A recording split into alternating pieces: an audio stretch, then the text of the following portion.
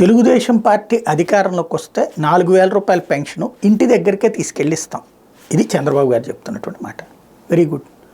మరి అదే పని ఇప్పుడు జగన్ చేస్తే తప్పెట్లయింది? పోనీ చంద్రబాబు గారు వెళ్ళి ఇంటింటికి ఇస్తారా? ఇవ్వరు కదా. వాలంటీర్ల ద్వారానే అని చెప్తున్నారు కదా. మరి తెలుగుదేశం ప్రభుత్వం అధికారంలోకి వచ్చాక వాలంటీర్ ద్వారా ఇంటికి తీసుకెళ్ళి డబ్బులు ఇస్తే నీతి ఎట్లయింది?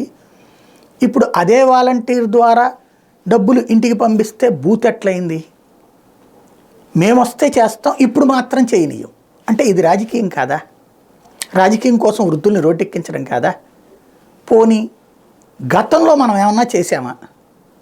గతంలో తెలుగుదేశం అధికారంలో ఉన్నప్పుడు ఎక్కడిచ్చేవాళ్ళు?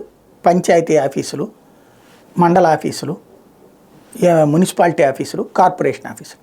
అప్పుడు క్యూ లైన్లలో నిలబడ్డారా లేదా వృద్ధులు? పొద్దునుంచి సాయంత్రం దాకా వెయిట్ చేయాల్సి వచ్చేదా లేదా? ఆ పరిస్థితి ఇప్పుడు వృద్ధులకు ఎవరు కల్పించారు? మళ్ళీ మనం అధికారంలో లేకపోయినా కల్పించాం కదా.